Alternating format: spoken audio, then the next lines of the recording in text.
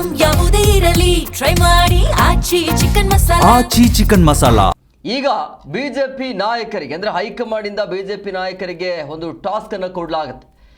Mission south India ಮುಖಾಂತರ BJP ಈಗ master plan ಮಾಡೋದಕ್ಕೆ ಮುಂದಾಗಿದೆ. ಪಂಚರಾಜ್ಯ ಚುನಾವಣೆಯ ಫಲಿತಾಂಶಕ್ಕೂ ಮುನ್ನ ಈ ರೀತಿಯ ಟಾರ್ಗೆಟ್ ಅನ್ನ ಕೊಡ್ತಾ ಇರುವಂತ ಹೈಕಮಾಂಡ್ ರಾಜ್ಯ ಬಿಜೆಪಿ ನಾಯಕರಿಗೆ. ದಕ್ಷಿಣದ 3 ರಾಜ್ಯಗಳ ಮೇಲೆ ಈಗ ಬಿಜೆಪಿ ಹೈಕಮಾಂಡ್ ಕಣ್ಣು ಹಾಕಿದೆ.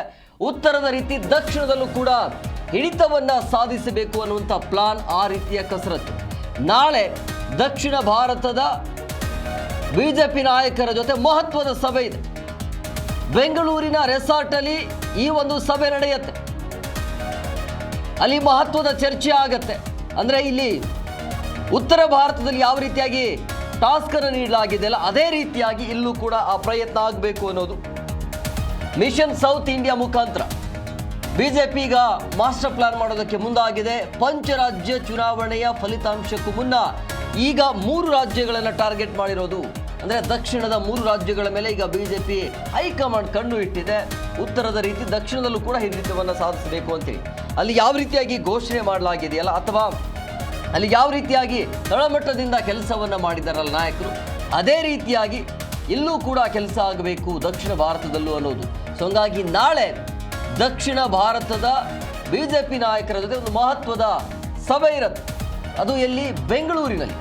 ಬೆಂಗಳೂರಿನ ರೆಸಾರ್ಟ್ ಅಲ್ಲಿ ಒಂದು ಮಹತ್ವದ ಸಭೆಯನ್ನು ಮಾಡೋದಕ್ಕೆ ಮುಂದಾಗಿದ್ದಾರೆ. ಕರ್ನಾಟಕ, ಆಂಧ್ರ ಮತ್ತೆ ತೆಲಂಗಾಣ ಈ 3 ರಾಜ್ಯಗಳನ್ನು ತಮ್ಮ ಹಿಡಿತಕ್ಕೆ ತೆಗೆದುಕೊಳ್ಬೇಕು ಅನ್ನುವಂಥ ನಿಟ್ಟಿನಲ್ಲಿ ಈಗ ಬಿಜೆಪಿ ಒಂದು ಪ್ರಯತ್ನ ಮಾಡ್ತಾ ಇದೆ.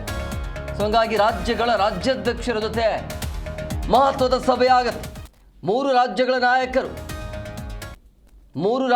ನಾಯಕರು ಮತ್ತೆ ಪದಾಧಿಕಾರಿಗಳ ಬೈಠಕ್ ಇರುತ್ತೆ. BL ಸಂತೋಷ್, ತರುಣ್ ಚೂಗ್, ಇನ್ನು ಸಂಬಿತ್ 3 ಕೂಡ ಇದರಲ್ಲಿ ಭಾಗಿಯಾಗ್ತಾರೆ. ಈ ಮಹತ್ವದ ಸಭೆಯಲ್ಲಿ ಮುಂದಿನ ಅಸೆಂಬ್ಲಿ ಹಾಗೂ ಲೋಕಸಭಾವನ್ನ ಗೆಲ್ಲೋದಕ್ಕೆ ಯಾವ ರೀತಿಯಾಗಿ ತಯಾರಿಯನ್ನು ಮಾಡಿಕೊಳ್ಬೇಕು, ಅದರ ಕಡೆ ಹೇಗೆ ಪ್ರಯತ್ನ ನಡಿಬೇಕು ಅನ್ನೋದ್ರ ಬಗ್ಗೆ. ಸೊ ಹಂಗಾಗಿ ಪಕ್ಷ ಸಂಘಟನೆ ಮತ್ತು ಬಲವರ್ಧನೆಗೆ ರಣತಂತ್ರವನ್ನು ರೂಪಿಸೋದಕ್ಕೆ ಈ ಒಂದು ಸಭೆಯಲ್ಲಿ ಚರ್ಚೆ ಆಗತ್ತೆ.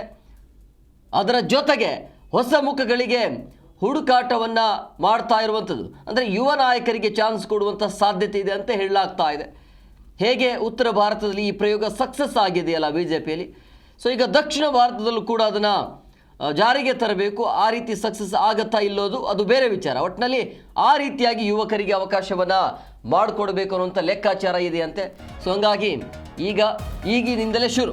ಸೊ ಕರ್ನಾಟಕ, ಆಂಧ್ರ, ತೆಲಂಗಾಣ ರಾಜ್ಯಗಳ ರಾಜ್ಯಾಧ್ಯಕ್ಷರ ಸಭೆ ಇರುತ್ತೆ ಮಹತ್ವದ್ದು. 3 ರಾಜ್ಯಗಳ ನಾಯಕ ಮತ್ತು ಪದಾಧಿಕಾರಿಗಳ ಬೈಠಕ್ ಇರುತ್ತೆ. ಈ ಸಭೆ ಬೆಂಗಳೂರಿನಲ್ಲಿ ನಡೀತಾ ಇದೆ. BL ಸಂತೋಷ್ ಅವರು ಇರ್ತಾರೆ ಕರ್ನಾಟಕದಿಂದ.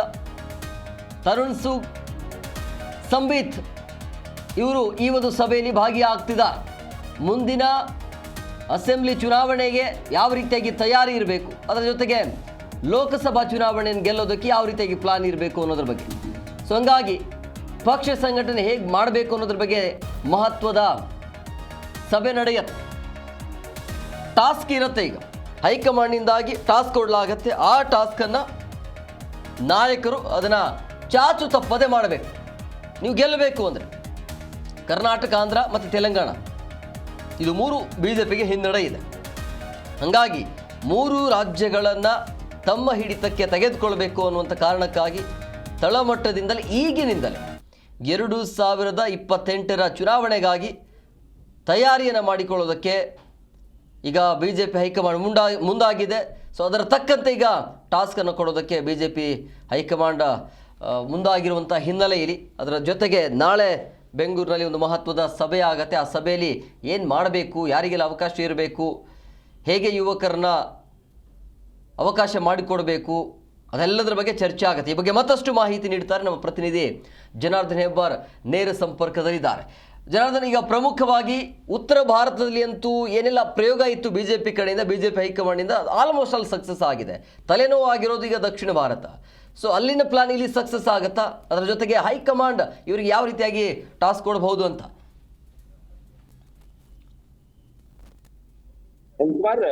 ಬಿಜೆಪಿಗೆ ದೊಡ್ಡ ತಲೆನೋವಾಗಿರುತ್ತೆ ಈ ವಿಚಾರ. ಯಾಕಂತಂದ್ರೆ ದಕ್ಷಿಣ ಭಾರತ ವಿಚಾರಕ್ಕೆ ಬಂದ್ರೆ ಕರ್ನಾಟಕ ಹೊರತುಪಡಿಸಿದ್ರೆ ಬೇರೆ ಕಡೆಗಳಲ್ಲಿ ತಳವೂರ್ಲಿಕ್ಕೆ ಇಡೀ ಸಾಧ್ಯ ಆಗ್ತಾ ಇಲ್ಲ. ಕೇರಳದಲ್ಲಿ, ತೆಲಂಗಾಣ, ಆಂಧ್ರ, ತಮಿಳ್ನಾಡು ಈ ಭಾಗದಲ್ಲೆಲ್ಲ ತಳವೂರ್ಬೇಕು, ಗಟ್ಟಿಯಾಗಿ ಪಕ್ಷ ಸಂಘಟನೆ ಮಾಡ್ಬೇಕು ಅಂದ್ರೆ ಸಾಧ್ಯ ಆಗ್ತಾ ಇಲ್ಲ.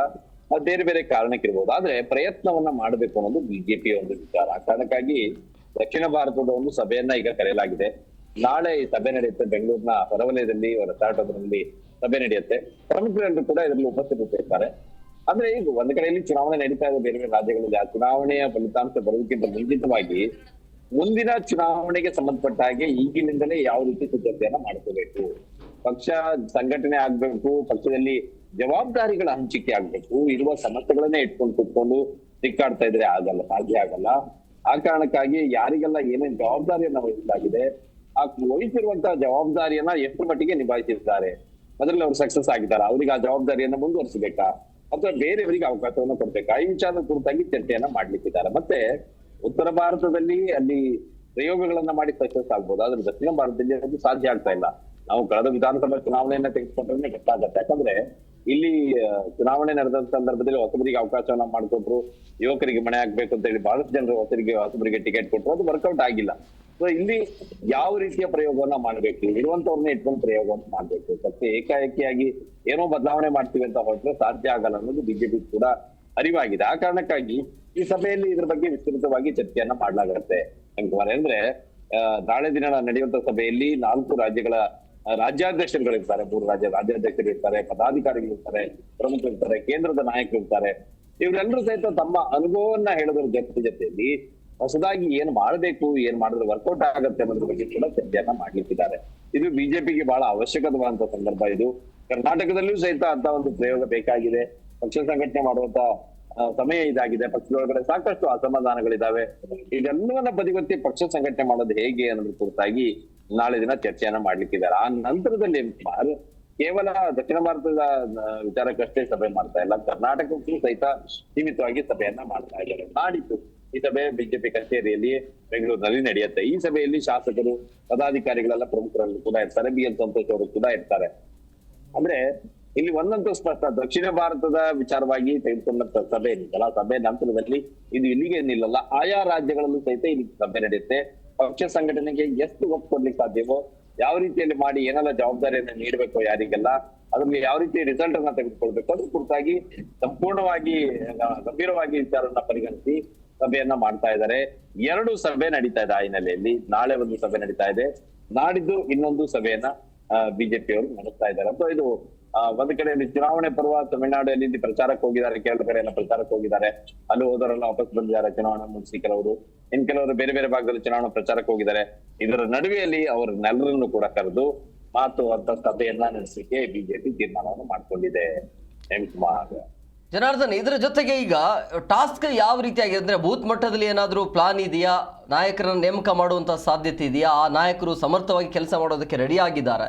ಯಾಕಂದ್ರೆ ಕರ್ನಾಟಕದಲ್ಲಿ ಬಣಗಳದ್ದು ಸಂಖ್ಯೆ ಅಂತೂ ಜಾಸ್ತಿ ಆಗ್ತಾ ಇದೆ. ಖಂಡಿತ. ಅಂದ್ರೆ ಇಲ್ಲಿ ಈಗಾಗಲೇ ಸುಮಾರು ಬಂಡಳ ಮಟ್ಟದಲ್ಲಿಂದ ಹೊಸ ಪದಾಧಿಕಾರಿಗಳನ್ನ ನೇಮಕ ಮಾಡ್ತಾ ಬರ್ತಾ ಇದ್ದಾರೆ. ಬಹಳಷ್ಟು ಜನರಿಗೆ ಹೊಸ ಜವಾಬ್ದಾರಿಯನ್ನು ಕೊಡಲಾಗಿದೆ. ಅದು ಅಷ್ಟು ದೊಡ್ಡ ಮಟ್ಟಿಗೆ ಯಾವಾಗೂ ಸುದ್ದಿ ಆಗಲ್ಲ. ಯಾವಾಗಲೂ ರಾಜ್ಯಾಧ್ಯಕ್ಷರು, ರಾಜ್ಯ ಮಟ್ಟದ ಪದಾಧಿಕಾರಿಗಳ ಬದಲಾವಣೆ ಆದ್ರೆ, ಹೊಸಬರ ನೇಮಕ ಆದ್ರೆ ಅದು ವಿಶೇಷವಾಗಿ ಸುದ್ದಿ ಆಗತ್ತೆ. ಆದ್ರೆ ತಳ ಮಟ್ಟದಲ್ಲಿ ಆ ಒಂದು ಪ್ರಕ್ರಿಯೆಯನ್ನ ಬಹಳ ದಿನದಿಂದ ಬಿಜೆಪಿ ಮಾಡ್ತಾನೆ ಇದೆ. ಈಗಾಗಲೇ ಬಹುತೇಕರಿಗೆ ಹೊಸಬರಿಗೆ ಅಲ್ಲಿ ಅವಕಾಶವನ್ನ ಮಾಡ್ಕೊಡ್ಲಾಗಿದೆ. ಜವಾಬ್ದಾರಿಯನ್ನು ವಹಿಸಿ ಇಂತಿಷ್ಟು ಟಾರ್ಗೆಟ್ ಅನ್ನ ಕೂಡ ಕೊಟ್ಟಿದ್ದಾರೆ. ಇಂತಿಂತ ಕಾರ್ಯಕ್ರಮ ಎಷ್ಟು ದಿನಗಳ ಒಳಗಡೆ ಆಗಿ ಮುಗಿಬೇಕು, ಕೇಂದ್ರದ ಯೋಜನೆ ಜನರಿಗೆ ತಲುಪಿಸೋದ್ರ ಜೊತೆಯಲ್ಲಿ ವಿರೋಧ ಪಕ್ಷದ ಅಂದ್ರೆ ಕಾಂಗ್ರೆಸ್ನ ಎದುರಾಳಿ ಪಕ್ಷದ ಕಾಂಗ್ರೆಸ್ನ ವೈಫಲ್ಯ, ಸರ್ಕಾರದ ವೈಫಲ್ಯ ಇದೆಲ್ಲವನ್ನು ಕೂಡ ಜನರಿಗೆ ತಿಳಿಸುವಂತ ಕೆಲಸವನ್ನ ಮಾಡ್ಬೇಕು. ಜೊತೆಗೆ ಪಕ್ಷ ಸಂಘಟನೆ ಬೂತ್ ಮಟ್ಟದಲ್ಲಿ ಆಗ್ಬೇಕು. ಪ್ರತಿ ಮತದಾರನು ಸಹಿತ ಅಲ್ಲಿ ಪರಿಚಯ ಇರಬೇಕು. ಆ ಪರಿಚಯ ಬಿಜೆಪಿಗೆ ವೋಟ್ ಹಾಕ್ತಾನೆ ಅನ್ನೋದು ಕನ್ಫರ್ಮ್ ಆಗ್ಬೇಕು. ಯಾವ ಕಾರಣಕ್ಕಾಗಿ ವೋಟ್ ಹಾಕ್ತಾ ಇದ್ದಾರೆ ಅನ್ನೋದು ಕನ್ಫರ್ಮ್ ಆಗ್ಬೇಕು. ಒಂದ್ ವೇಳೆ ಬಿಜೆಪಿಯನ್ನ ವಿರೋಧಿಸ್ತಾ ಇದ್ದಾರೆ ಅಂತಂದ್ರೆ ಅದಕ್ಕೂ ಕೂಡ ಸ್ಪಷ್ಟ ಕಾರಣ ಇರ್ಬೇಕು. ಇದೆಲ್ಲವನ್ನ ತಿಳ್ಕೊಂಡು ಮುಂದುವರಿಬೇಕು ಅನ್ನೋ ಕಾರಣಕ್ಕಾಗಿನೇ ತಳಮಟ್ಟದಿಂದಲೇ ಸಂಘಟನೆಯನ್ನ ಚುರುಕು ಮಾಡ್ಲಿಕ್ಕೆ ಈ ಸಭೆಯನ್ನ ಮಾಡ್ತಾ ಇರೋದು. ಇಲ್ಲಿ ಕೇವಲ ರಾಜ್ಯಾಧ್ಯಕ್ಷರ ವಿಚಾರ ಅಸಮಾಧಾನ ಇದಷ್ಟೇ ಇಟ್ಕೊಂಡು ಕೂತ್ರೆ ಆಗಲ್ಲ ಅನ್ನೋ ಕಾರಣಕ್ಕಾಗಿ ಬಿಜೆಪಿ ಒಂದು ಪ್ರಯತ್ನವನ್ನ ಮಾಡ್ತಾ ಇರೋದು.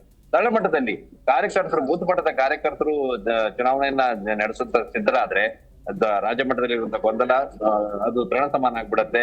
ಅದನ್ನ ಪರಿಹರಿಸೋದಕ್ಕೆ ಹೈಕಮಾಂಡ್ ಇದೆ ಅನ್ನೋ ವಿಚಾರವನ್ನ ಬಿಜೆಪಿ ನಾಯಕರು ಇಟ್ಕೊಳ್ತಾರೆ. ಆ ಕಾರಣಕ್ಕಾಗಿನೇ ಸಭೆಯನ್ನ ಮಾಡ್ತಾ ಇದ್ದಾರೆ. ಸಭೆಯಲ್ಲಿ ಅಸಮಾಧಾನ ವಿಚಾರಗಳು ಕೂಡ ಚರ್ಚೆ ಆಗುವುದಿಲ್ಲ ಅಂತಿಲ್ಲ. ಆದ್ರೆ ಬಹಳ ಪ್ರಮುಖವಾಗಿ ಪಕ್ಷ ಸಂಘಟನೆಗೆ ಏನೆಲ್ಲ ಬೇಕು, ಏನೆಲ್ಲ ತೊಡಕುಗಳಿದೆ, ಅದನ್ನ ಯಾವ ರೀತಿ ಸರಿಪಡಿಸಬೇಕು, ಈ ವಿಚಾರದ ಬಗ್ಗೆ ಕೂಡ ಬಹಳ ಗಂಭೀರವಾದ ಚರ್ಚೆ ಆಗತ್ತೆ. ಒಂದಷ್ಟು ಜವಾಬ್ದಾರಿಗಳನ್ನ ಬದಲಾಯಿಸುವಂತಹ ಸಾಧ್ಯತೆ ಕೂಡ ಇರುತ್ತೆ ಪದಾಧಿಕಾರಿಗಳ ಮಟ್ಟದಲ್ಲಿ. ಆ ನಂತರದಲ್ಲಿ ವಿಜೇಂದ್ರ ಅವರಿಗೀಗ ಅದೇ ರಾಜ್ಯಾಧ್ಯಕ್ಷರಾಗಿ ಇನ್ನೇನು 4 ತಿಂಗಳ 3 ವರ್ಷ ಕಂಪ್ಲೀಟ್ ಆಗತ್ತೆ. ಇಷ್ಟು ದಿನ ಏನೆಲ್ಲ ಆಯ್ತು, ಏನೆಲ್ಲ ಮಾಡಿದ್ರು ಅನ್ನೋದು ಸಹಿತ ಅದನ್ನ ರಿಪೋರ್ಟ್ ಕೇಳುವಂತ ಸಾಧ್ಯತೆನೂ ಕೂಡ ಇರುತ್ತೆ. ಆ ನಂತರದಲ್ಲಿ ಹೈಕಮಾಂಡ್ ಈ ವಿಚಾರದಲ್ಲಿ ಏನೆಲ್ಲ ತೀರ್ಮಾನ ತಗೋಬೇಕು ಅದನ್ನ ಈ ಸಭೆಯ ನಂತರದಲ್ಲಿ ವರದಿಯನ್ನ ಪಡ್ಕೊಂಡು ತೆಗೆದುಕೊಳ್ಳುತ್ತೆ. ಓಕೆ, ಥ್ಯಾಂಕ್ ಯು ಜನಾರ್ದನ್ ನಿಮ್ಮೆಲ್ಲ ಡೀಟೇಲ್ಸ್ಗಾಗಿ.